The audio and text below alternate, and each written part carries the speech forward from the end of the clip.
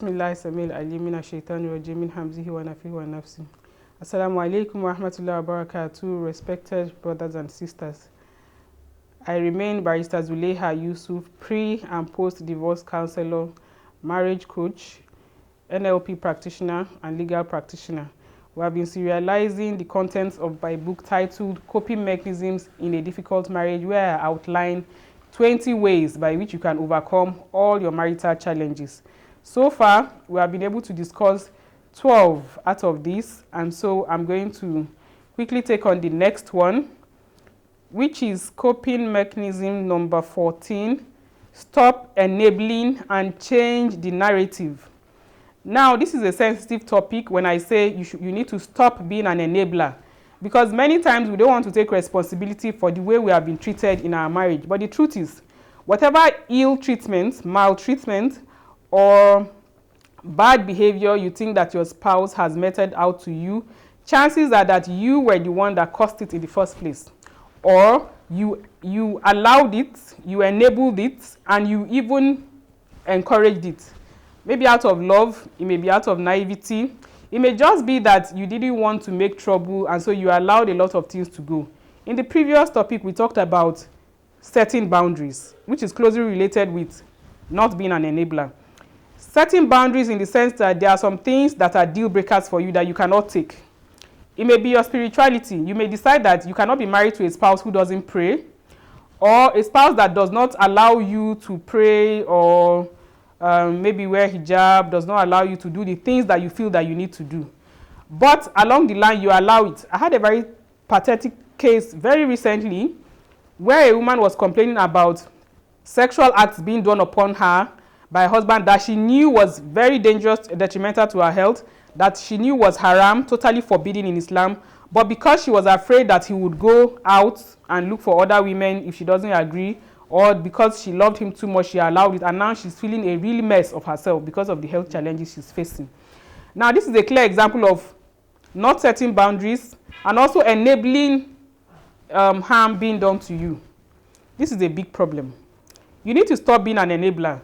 You cannot complain, for instance, of having an irresponsible spouse when you have decided to carry on their responsibility on your head and totally left them off the hook. When you do this, you cannot come back to complain of them not doing their own part, because you chose to let them off the hook in the first place. People do not hurt you except by your permission. I know that this may sound it may sound cryptic, it may sound unrealistic, because you feel like, no, but he or she has a stronger personality than I have. I could not have stopped him from doing the things he was doing to me. But the truth is, if you really analyze it, you had a choice. You had a choice, you had a way out.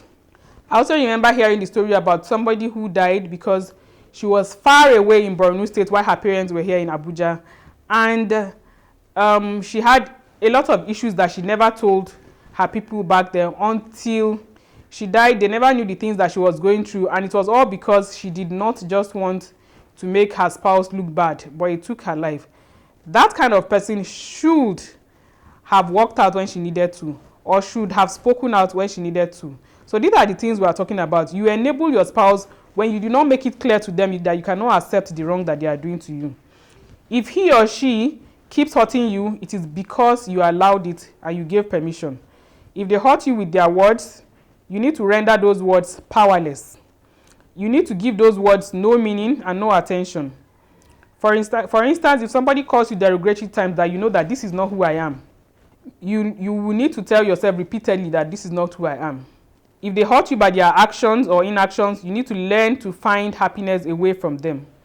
I make an example with somebody who was married to the worst man on earth, which is the Pharaoh or the Pharaoh, as we know him in Islamic history, who was a king that was very domineering. But that wife, married to that very, very evil man, ended up getting Jannah when a lot of people cannot even hope for it. She was already assured of paradise even when she was here. So it is not about marrying a bad person that is the issue. It is about the way you decided to show up for yourself. You need to also learn to behave around this person. To stop enabling, you would have to change the way you behave. You will need to show it clearly that you do not accept it. You need to learn to be strong for yourself. And I'm saying this for both men and women, because I have seen men who enable their wives to disrespect them, to not treat them as the head of the family, to mess them up even publicly, and they just keep saying, I don't want her to misbehave, or I don't want, because of the children or things like that. If you allow her to continue doing that, that will be the norm forever in your marriage. So you owe it to yourself to find happiness for yourself. Most times we keep playing with people who disregard us. I'm not saying that you shouldn't relate with them, but you need, because this person is your spouse, but you need to measure your words and behavior around them that are repeatedly causing you pain. One of the distressful aspects of marriage for women is when a man decides to leave all of his responsibilities for you. You pay the bills, you pay the rent, you pay the school fees, you do everything that is Islamically designated for men to do. And then you turn around to complain, to call him an irresponsible wife. When you started from the first year of marriage paying the house rent, he didn't hold a knife to your neck to do that. You chose to do it. Or he keeps making you, or she keeps making you take loans to finance projects that do not see the light of the day. These things are not your call. You are going far and above the call of duty as stipulated in Islam. So you need to be patient to ask yourself questions before you embark on anything that you want to do for your spouse. An enabler aids the perpetrator to continue to misbehave. In this case, one might not divorce the spouse that is doing the wrong or push him to do what he doesn't want to do, but do not enable him. You need to remove your hand from whatever it is that you are doing that is making him able to do what he's not supposed to do. There was a scenario that is very common in the olden days that I cite in my book. Many of our grandmothers had this habit where they would be the ones to even look for the money for their own dowries. I remember a grandmother that would go and fetch yams from her own father's barn to put in her husband's pile to make it look as if he was a hard-working farmer, while in most cases he was not. He would rather be playing the local game under the tree with his friends than going to the farm, and she was doing everything. At the end of the day, she died as a very sick old woman, and he just kept on marrying more wives. This is a classic example of an enabler. You know, he was somebody that was a good dresser, and then he would just, be spending the money that his wife makes. And this was devastating to the woman because she didn't have any savings of her own. So she died as a very sick person while he continued his life. So this is an example. It can also happen vice versa, where a man decides that, okay, because he's a domesticated person, he came from a house where boys work. So he decides to bathe the children and to feed the children and to do all the house chores and leaves her sleeping, or he decides that, okay, because I don't want to stress her, she's from a rich home, so I run all the errands and all that. And then she takes it that this is the way it is from the first day of the marriage to the end. She doesn't realize after some time that, okay, I'm supposed to now take up my responsibility as a wife. This was the way we started. We started by eating outside. He was always, buying me things, take away and all that. So she doesn't even realize that at some point I need to take my responsibility. That kind of husband enabled such behavior. So do not lose yourself in the process of being a faithful spouse.